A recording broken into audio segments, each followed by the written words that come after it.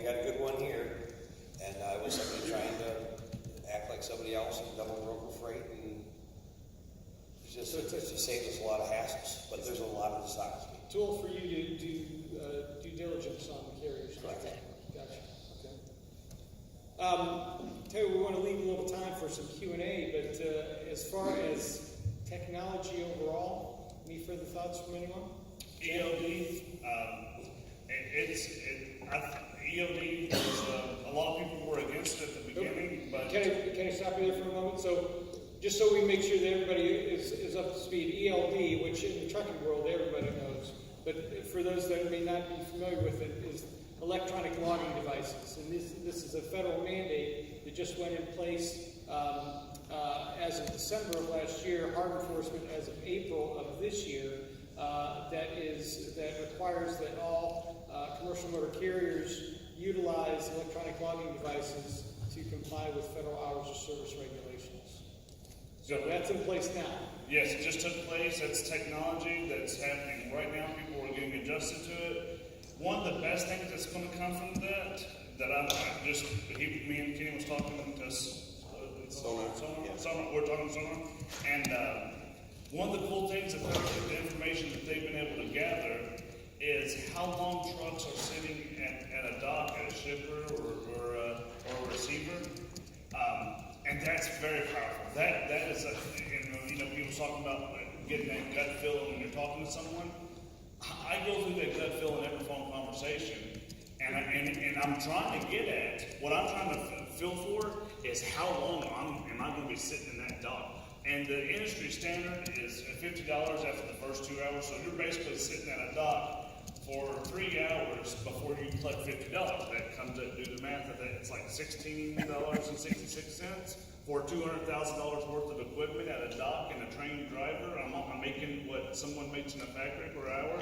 It's not enough. I don't want the $60. I don't want the $50. That's critical information that new technology is going to be giving us in the future. And I'm really looking forward to that. I mean, with that information and the reviews, I can almost give a rate, on a load without talking to a broker. Well, I'm going here and I'm going there. I'm going to be at this place less than 2 hours and this place over here less than 2 hours. The reviews of the broker's great. I'm back to click and grab my load and go. Yeah, and I like to name my rate too. Detention time is a significant issue. I saw a federal report recently that said that the trucking industry gives up in the neighborhood, my numbers may be a little bit off here, somewhere in the ballpark of $4.2 billion a year in time sitting at docks. For folks that aren't as familiar with the trucking industry, most truck drivers are not paid on an hourly basis. Most truck drivers are paid per mile, or even if you're an owner-operator, effectively the rates that you're getting are going to be per mile rates. Your pricing is going to be based per mile. Time doesn't come into play, or at least usually doesn't, and so the driver's time does not have a significant value, unfortunately, too often to shippers or receivers, and that doesn't force some of the efficiencies that we should see in this day and age at the dock. So detention time is a huge issue. Anything, I'm with you, anything that we can do to move the ball forward to reduce that detention time is a positive. And not only do drivers benefit from that and trucking companies, but the consumers will as well, because their goods are going to move in a much more efficient manner. The shippers, their prices will go up on moving their freight. It's going to correct them as well. I had a shipper said to me, "What trying to do on freight rates is start paying detention." So how's paying detention going to make my freight rates go down? I said, because you're going to isolate the problem. Because right now everybody knows it takes forever to get unloaded, and they're juicing your rate by $100, $200. So if you actually start paying detention, and you know this guy takes 3 hours to unload a truck, and that guy takes 20 minutes, well, you give him more hours and get rid of him. You can actually isolate the problem and fix the solution. And it's been probably about 5 years since we had that conversation, and now they're known as a quick unloader and quick loader. And people are happy to do it. But I mean, when we first started with them, people were like, "Oh God." Hey, when the market's tight with as far as trucks, and owner-operators and small carriers can choose their loads, right? It comes into play for those shippers and receivers. I talked to a fellow the other day who he said he generally runs freight, I guess I could toss numbers out there, to more larger DCs be associated with like a Costco or a Walmart. He said, I'm not taking Walmart loads these days. I go to Costco loads as much as I can because they get me in and out. Walmart, I may be sitting there for 2 or 3 hours. There's a big disconnect. I think some of our own customers, our own shippers, don't understand why there's detention. I've had to educate them, and on the carrier side, Chad just expects it.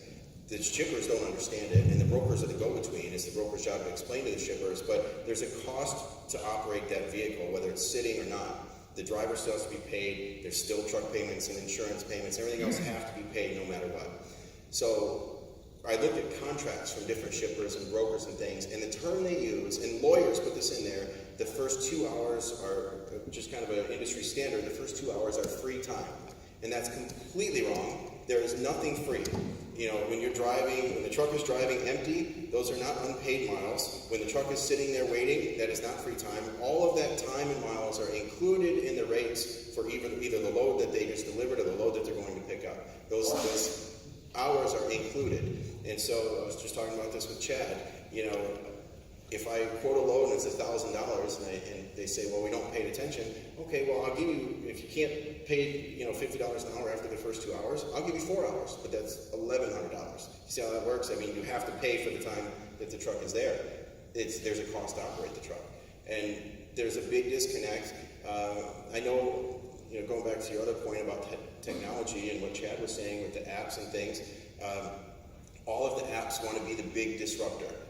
And, like Pete was saying, if they just took the name tag off and we had solved the problem together, all of the technology is out there, it would all be great. Hopefully this is where blockchain can come in and fix it and bring everybody on one kind of a general, standardized platform in some way. But the technology is there. We could just revolutionize this industry. But like Chad said, half of the companies that are out in that hallway might not be in good business next year. That's just kind of the trend on how it works. And, they want to be the big disruptor. Everybody wants to be the next greatest thing. They're trying to reinvent the wheel in most cases. Even, the Ubers and convoys, for some of the things that they're doing, they're making promises, but some of it's not always what they perceive it to be. And, I've even talked to some of the attorneys at some of these companies that say that these are computer geeks that are doing some copy and paste jobs on some of this. They don't understand the problem. They're trying to develop problems to create a solution. And if we all got on the same page, we could solve the problems and just revolutionize the industry. I think it'd be good for the economy as a whole, bring shipping costs down, the trucks would be compensated for their time and miles properly, the brokers would be paid the fair rates for the work that they do, but right now, it's the Wild West right now in this industry. The fun part for me, and I love this, we're figuring out how to put aerodynamic things on the wheels, and that's great. We're trying to figure out how to make the truck drive itself, and that's awesome. All these things are how to squeeze more money out of the truck. But yet we have trucks that drive 300, 400, 500 miles empty. The process is not fixed yet. Until we come up with a software solution for the process, then we can start worrying about the tool we're using. And it just turns into, I think we're just doing it all backwards. But that's my opinion. I think you got an excellent point.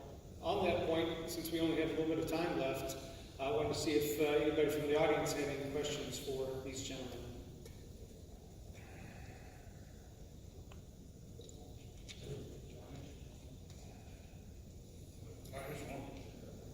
Go ahead, sir. You're okay. You guys talked about a little bit about transparency and tracking loads. We've seen, customers want total transparency. They want to know where their load is. Owner-operators, small carriers tend to not want to give that up totally yet. Some of the options that are presented here, something like quick pay, being paid 7 days or less. There's been some other options presented as quick pay or something like that. Something that's going to get truck these owner-operators, small carriers on board, or what do you think it will take to get on board with that? Convoy's doing it now like that, I believe, where if you leave the tracking on, you can quick pay for free. I think that's what you're asking. It does a reward system for being tracked. In my opinion, that'll only go so far because there are certain guys who value their privacy, and the same personality that allows you to sit in a truck for 24 hours a day and be your own island also is the person who distrusts. If you've ever driven cross country, you never turn off. And so he doesn't like to track at all, because he thinks somebody's gonna come rob his styrofoam. And he thinks, 40,000 pounds of styrofoam is worth something, I don't know, but I'm with you on that. Give him something to get back something. Well, on that though, I mean, if you were to place an order, would you send a telegraph, or would you pick up the phone or send an email? Because right now, everybody in this room has a GPS device capable of tracking you down to 2 feet, and at no additional cost, and it's just become expected. So I don't necessarily think there needs to be really a reward system for tracking. I do think that there needs to be systems in place to take advantage of it, because right now, especially the small brokers, if I want to put MacroPoint or DAT has some tracking options and things, there's a cost to that for us, and I don't know why there isn't just kind of a platform to make it easily available, and because most brokers and things and shippers just don't expect it. Chad, have you done Convoy or Uber Freight or any of those that do have a quick pay sort of feature? I've not done loads with them, but before Uber Freight was created, I interviewed. They had me in San Francisco to interview them about how that was going to work. In my opinion, about it. I wrote about Uber Freight before Uber Freight was Uber Freight, and Convoy. I've been out there and got to meet those people. Great people. They're not brokers. They're not agents. They're computer technology type people. But yeah, no, I've not done a load yet because my problem is, and I see the rates on their loads. The problem is they haven't grown fast enough to have enough loads for me to be able to grab from them. Now, I wouldn't be against it. I've learned enough from them to know that their load that they would pick up the phone and answer it if I had a problem and if I needed to talk to them. Both of them should be that way. So I think we've got time probably for just one more question, maybe two.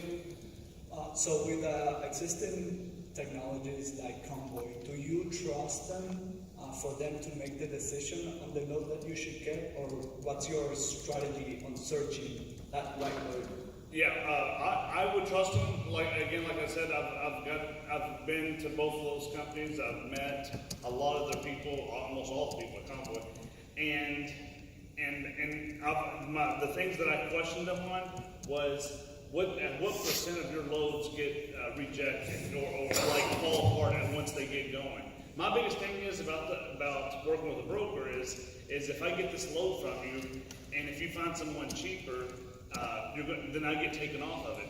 And the way they made it put to me is that they have a very low percent where the shipper ever cancels the load. For me, I would trust them because I know them. But not necessarily to just dispatch the truck. They do give you you do still have to accept what they're offering, but as far as building it and planning it, then I would trust them. But I wouldn't trust them any more than I would trust any other reputable broker, to be honest. Do you have questions?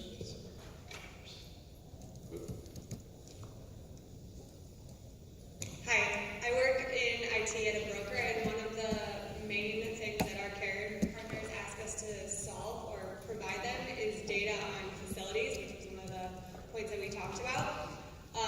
I know why that's beneficial to a driver, but I wonder how I can present it to in a way that doesn't result in us not getting our loads covered. That's a good question. I think there are some other sort of user-fed opportunities out there for, as you were talking about, learning more about a facility. So their carriers are looking or asking for more information about like shipping and receiving facilities. But as the intermediary, you're in a tough spot because you sort of are working with clients on either end. And I see what you're saying. So therefore, a client on this end, a shipper, or better, a receiver on this end, it's not necessarily a positive thing for them to be conveying negative information about that. The way that I would present that to your customer, to the shipper, is that you are trying to determine and isolate where their problems are to make their shipping operations more efficient. And if you can use that information to help them improve, that's, it's to help them, and in addition, help the carrier. Like Tapscott said, the sun is a great sanitizer. Doc, here's one more. Doc411, I think it's doc411.com.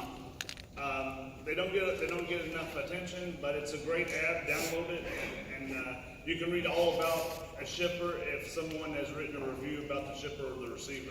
Great people. I've met them. I love what they're doing, and there's no money involved with what they do. That's an app? Yeah. So it's DOC, like DOCK 411? Yep. .com.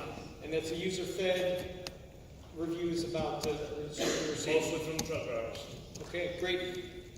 Any more questions? Oh, I think we got one more. Who's you guys can find it out. Got a really easy question as a software and financial service provider to owner-operators. When you mentioned earlier that it'd be really nice if we could feed the loads to the drivers to make the decision.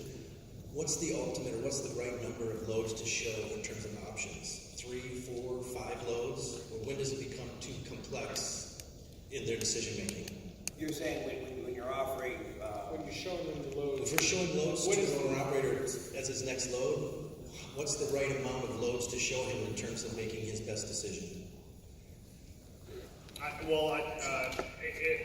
When this ends, feel free to come talk to me if you've got more questions. Your question, I'll probably have to go a lot deeper with to figure out what we're getting at. But I can add on that. When I do a search, I want to see as many loads as possible, thousands, because there are too many variables on where the truck needs to go. You know, you might give me 5 options, they're all going to the Midwest. Well, if I need to get that truck to Texas, I need to see all of my options. But if going to Texas by way of the Midwest makes sense, I might do that. But so I need to see everything that you have available, depending on the format you laid out. So, but most important to me would be the commodity, maybe. And because I've been doing this long enough, where if I know what the commodity is, I can put a rate together without calling you. for me, I think I like to see at least 5 or 6 in different directions, because we never know what rates will be on any one given day, but we always know what rates will be equal to each other at any one given day. I always know going east is going to cost more than going west, and there's a quantifier in there, and you can judge that from. All right, well, folks, I think our time is up. Very much appreciate you coming and hearing us out, and thank you very much to our panelists. There is a 15-minute break after the session before the last session of the day.